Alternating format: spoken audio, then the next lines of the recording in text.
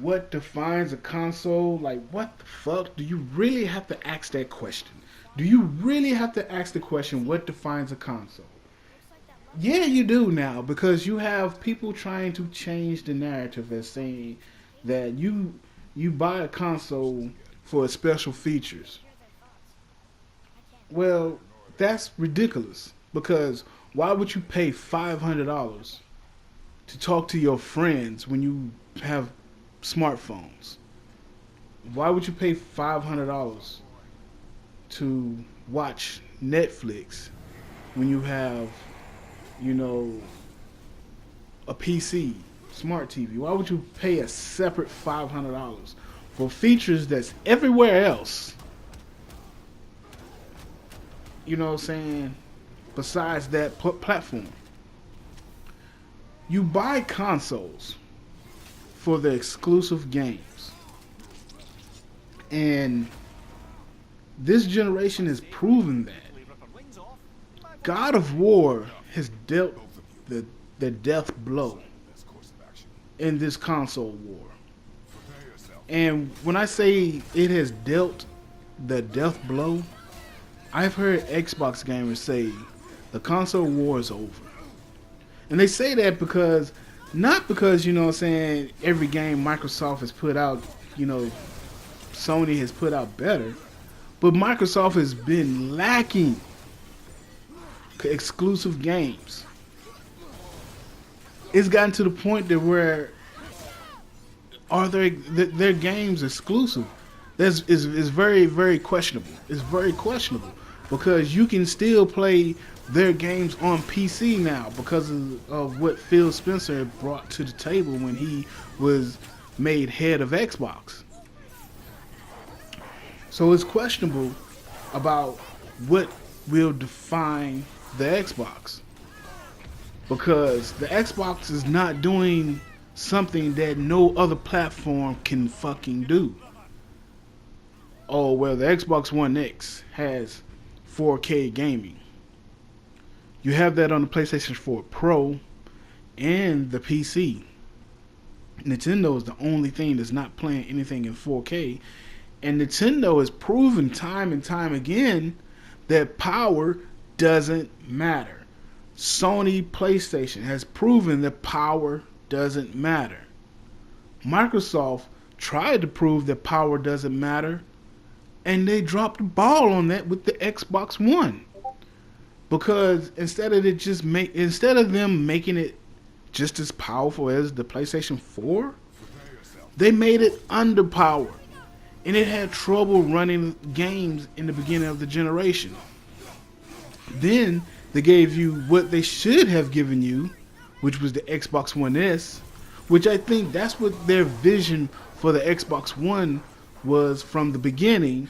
But they did not want Sony to have a year up on them like they did when Sony released the PS3 a year after the 360.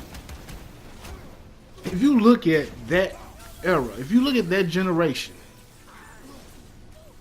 the Nintendo Wii and the PS3 came out a year later after the 360. So Microsoft had a year jump, and they sold a lot of consoles. But at the end of the generation, not only did Sony come up and pass Microsoft, but Nintendo took the throne, selling 100 million consoles within that generation. The PlayStation 3 grew up, basically. Not saying that the PS2 was an immature platform, but it was a platform for teenagers, whereas the PS3 became the platform for an adult. Same goes with the 360. It was a platform for adults, but a lot of teenagers were introduced to gaming through the Xbox 360. And I'm a person that always says, do your homework, do your research before you speak on anything, because you don't want to be made into a fool. So, what defines a console? Like I said, exclusive games. Super Mario Brothers, The Legend of Zelda, Pokemon, Metroid, Kirby, Mario Kart. Those games define the Nintendo platform. You cannot play those games nowhere else other than Nintendo. Uncharted, God of War,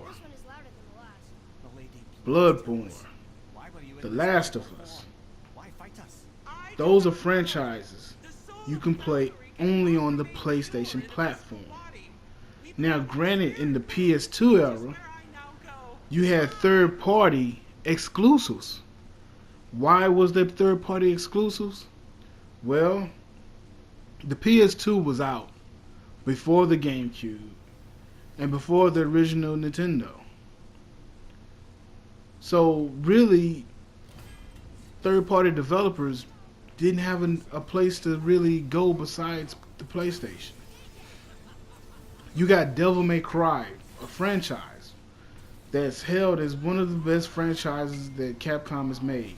Resident Evil, which started on the PlayStation, it was on the PS2, it was on the Dreamcast. It eventually came to Xbox, but the most memorable times is when it was on the PlayStation. Everybody remembers when the dog busted through the window on the first Resident Evil. Where were you playing that at? On the PlayStation 1. Everybody remembers when they met this white-haired punk rocker, I guess, who wielded 2 guns and a sword. The PlayStation 2. You even had Grand Theft Auto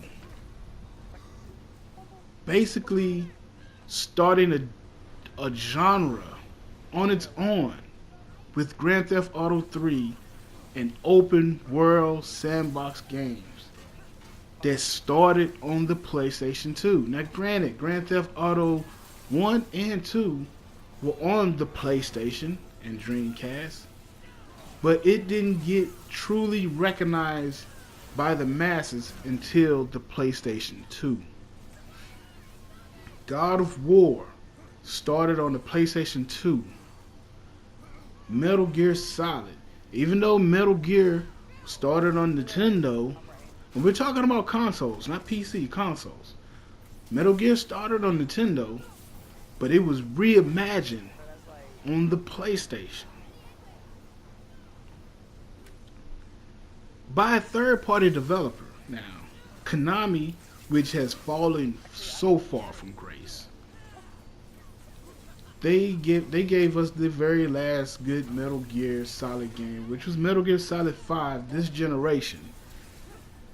And the man that was responsible for that franchise has now moved on, and his preferred platform he wants to develop for is the PlayStation. So what defines consoles? Exclusive games. Regardless of the way you want to look at what features can do what on what console, these features are not, basically just for that platform.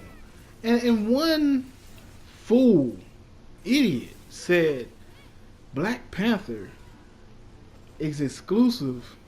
Black Panther in 4K UHD is exclusive to the Xbox One S and One X.